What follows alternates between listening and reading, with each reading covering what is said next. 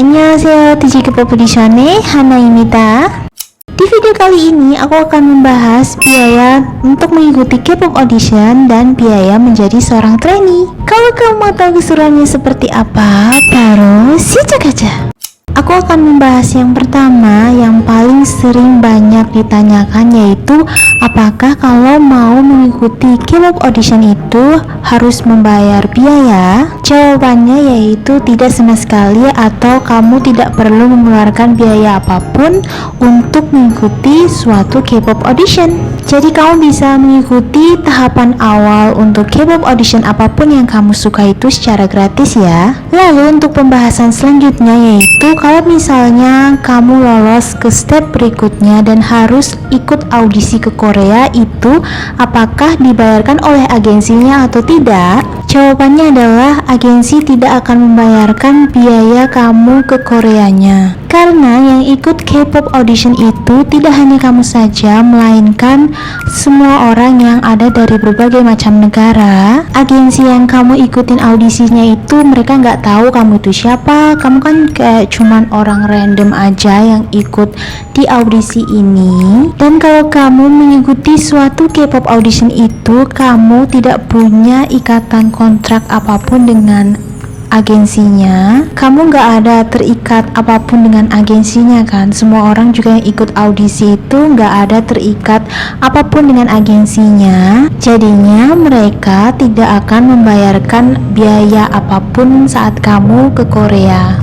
Jadi siapapun itu yang sudah memutuskan untuk mengikuti suatu K-pop audition harus mengerti konsekuensinya seperti apa. Dimulai dari kamu harus mempersiapkan mental dan juga finansial kamu. Jangankan untuk audisi ke Korea, misalnya ada agensi yang menggelar audisinya di Indonesia, kamu harus mempersiapkan banyak hal untuk mengikuti suatu audisi. Dimulai dari kamu harus mempersiapkan baju untuk audisi, lalu juga mempersiapkan biaya transportasi.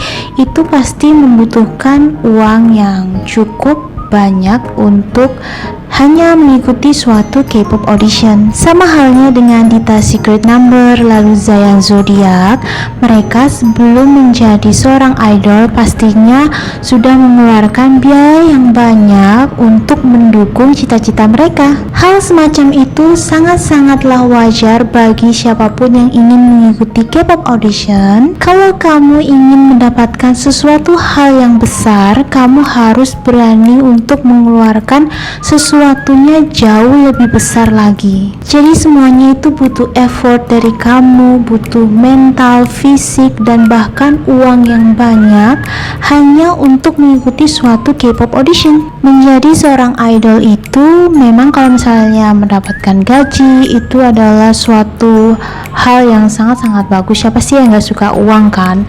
Tapi untuk gaji dan mendapatkan uang itu adalah bonus dari apa yang mereka lakukan selama menjadi idol. Menjadi seorang idol itu sebenarnya bagi orang-orang yang ingin mencari nama atau karir, bukan untuk mencari uang. Karena kamu bisa lihat sendiri, perjuangan ikut audisi aja itu perlu banyak mengeluarkan fisik, mental, dan juga uang. Justru kalian yang mengeluarkan uang, bukan untuk mencari uang. Lalu selanjutnya yaitu apakah biaya training itu dibayarkan oleh agensi, apakah kita harus mengganti uang ganti rugi selama menjadi trainee dan sebagainya. Untuk agensi kecil, kalian bisa cari-cari berita mengenai mantan-mantan idol dari agensi kecil. Jangankan agensi kecil, agensi besar aja, walaupun biaya trainingnya dibayarkan full oleh agensi besar,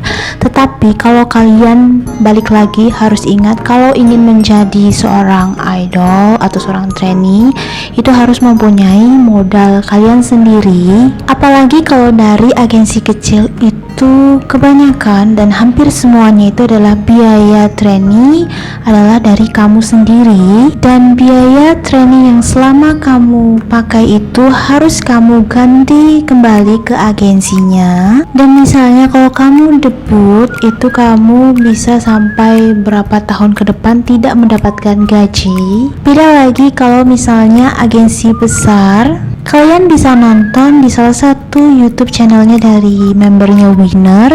Itu waktu itu dia mewawancarai kepala casting tim atau bagian pertrainingan juga itu. Di situ beliau mengatakan jika kamu menjadi seorang trainee dari YG Entertainment, kamu tidak perlu mengganti biaya apapun selama kamu menjadi trainee. Dan bahkan ketika kamu debut di awal tahun pertama dari YG Entertainment, kamu tetap mendapatkan gaji. Jadi kalau kalian berasal dari agensi besar itu menjadi trainee tidak perlu diganti rugi, dan kamu ketika debut itu sudah mendapatkan gaji pertama kamu. Tapi semua balik lagi ya, walaupun kamu di agensi kecil ataupun agensi besar, kamu harus tetap mempunyai effort atau punya modal sebelum kamu mengikuti suatu audisi hingga kamu menjadi trainee dan menjadi seorang idol. Walaupun kamu nggak bayar biaya untuk ganti rugi dari agensi besar, tapi tetap aja ketika kamu mengikuti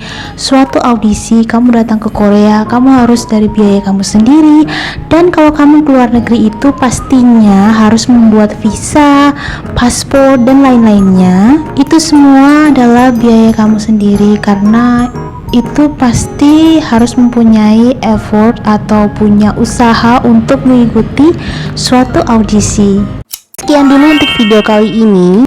Kalau kamu mempunyai pertanyaan, kamu bisa tulis di kolom komentar, atau kalau kamu punya pertanyaan mengenai K-pop audition lainnya, kamu bisa kirim aja ke DM DJ K-pop Audition. Kalau kamu mau mendapatkan informasi lainnya tentang tanya jawab, info, cerita pengalaman K-pop audition, jangan lupa pantengin terus semua sosial media yang dimiliki oleh DJ K-pop Audition. jangan lupa 구독, 좋아요, 댓글, 알림 설정까지 부탁드립니다. 안녕, 다음에 봐요.